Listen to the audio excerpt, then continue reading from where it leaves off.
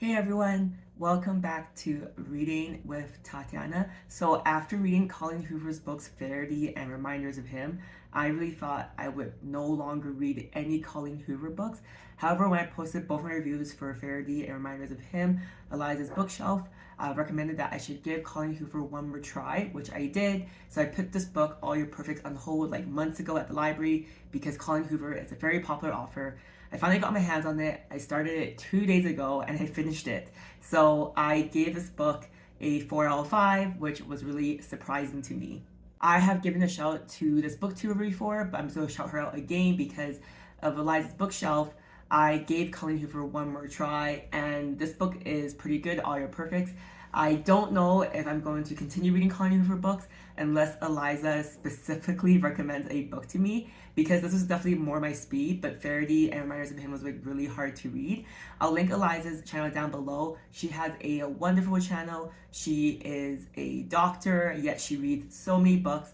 She reads all genres, but she mostly focuses and is a big fan of contemporary romance, and she has a great aesthetic in her videos as well.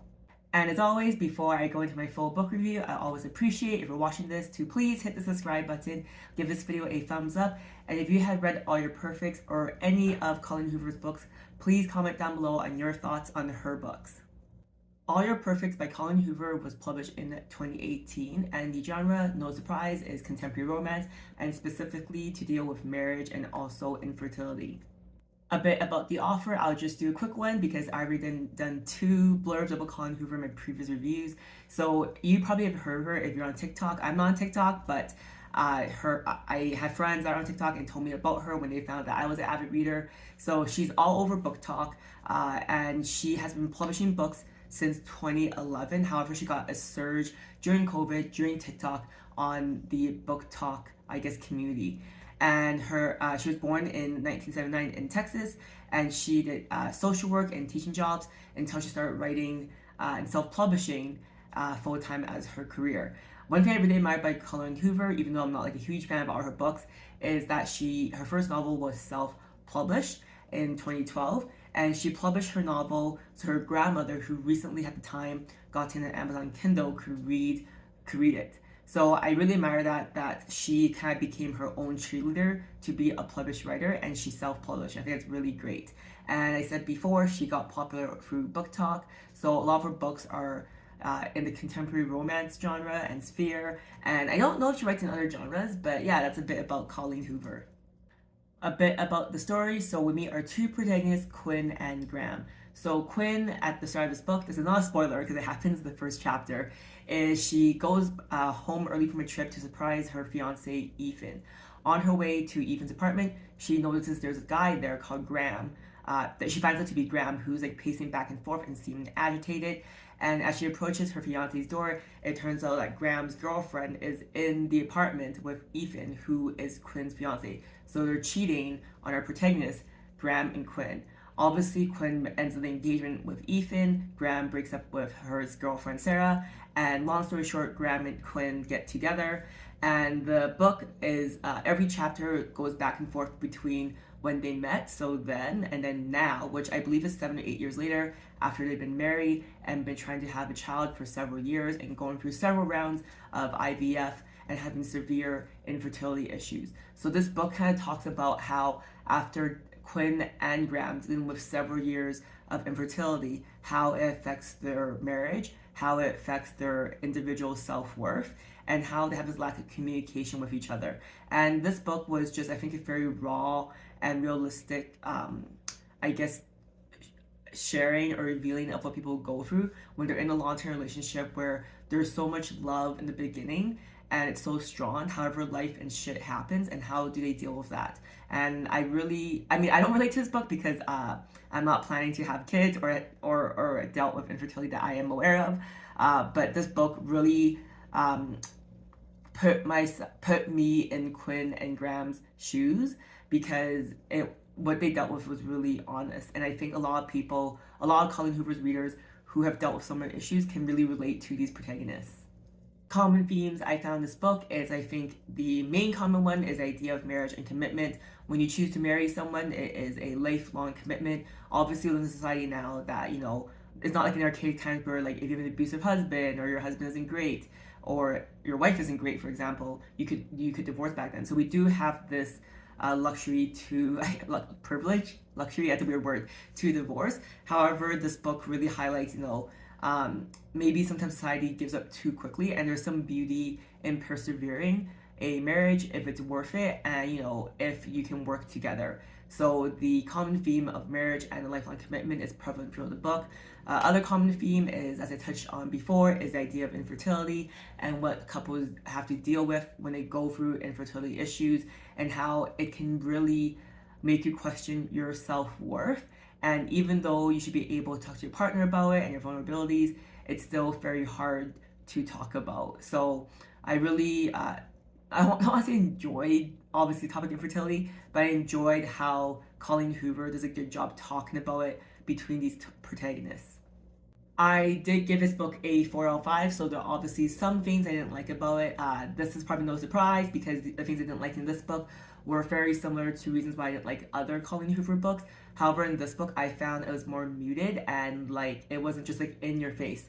So the first one was when Quinn and Graham met.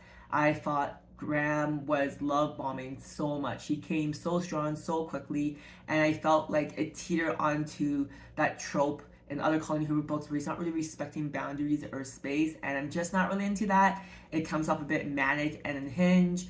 However, having said that, in this book specifically, Quinn was receptive towards it, so I think it's okay if both parties feel the same, and obviously Graham wasn't taking advantage and trying to distract Quinn from love bombing her. One thing I also found annoying is when it was only like a slight moment in the book, but was enough to annoy me, was there's an incident where Quinn was annoyed at Graham, and instead of having a conversation talking about it, he just like tickled her and made her laugh. That's like, I don't know, maybe that's me projecting my personal pet peeves. Like, tell me objectively if that's something that bothers you, because I think that's not okay, because I think it lets a man make a woman become kind of like a child, and like I think you should be able to communicate when someone is annoyed towards you. So yeah. I also thought there's other thing I didn't like was that I thought it was weird, but again, I'm not in their marriage or relationship.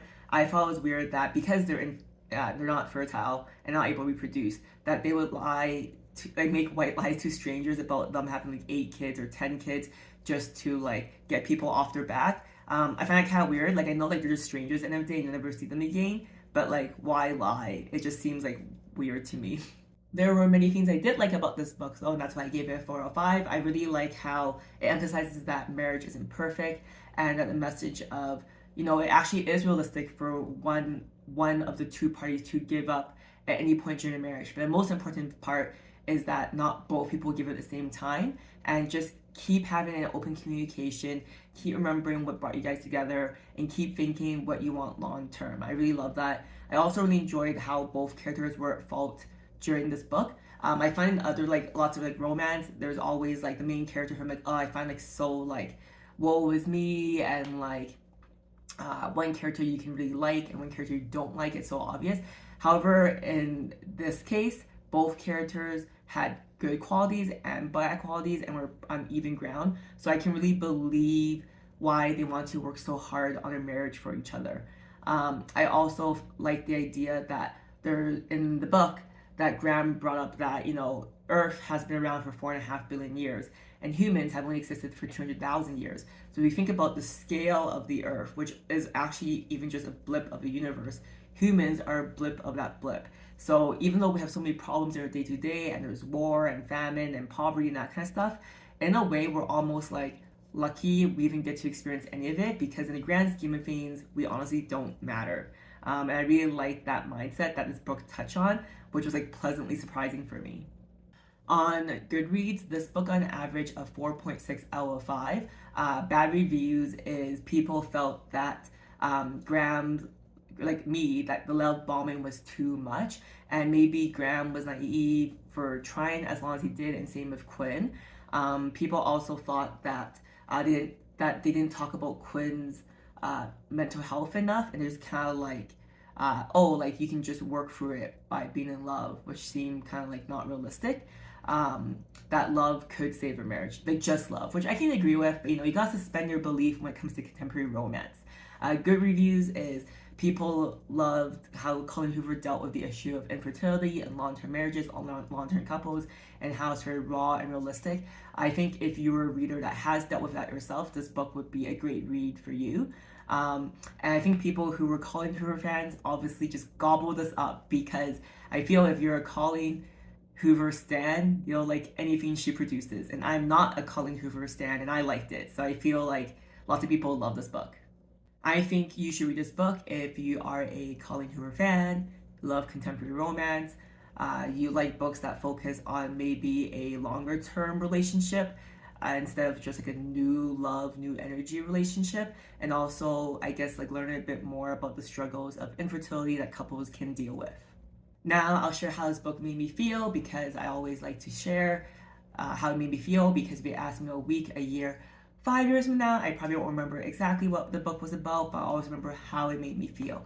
So this book by Colleen Hoover, All Your Perfects, it made me feel in admiration of couples, especially long-term couples. I'm personally in like almost a 5-year relationship, which is the longest one I've been in. However, I know that's a very short relationship in the grand scheme of things, and I really admire couples that are together for decades. Like I'm saying like 50, 60 years. Like it's amazing, because it's not always going to be good, and it's about weathering the tough times together. So this book made me really appreciate my commitment that me and my partner have to each other, and also really admire couples that really stand the test of time.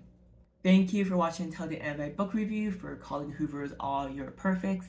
If you read this book, I'd love to hear what you thought down below, if you felt the same things that I did. If you want to join me next time, I am reading an e-copy of Vincent Meis' book called Colton's Terrible Wonderful Year. And thanks for watching. I'll see you next time. Bye.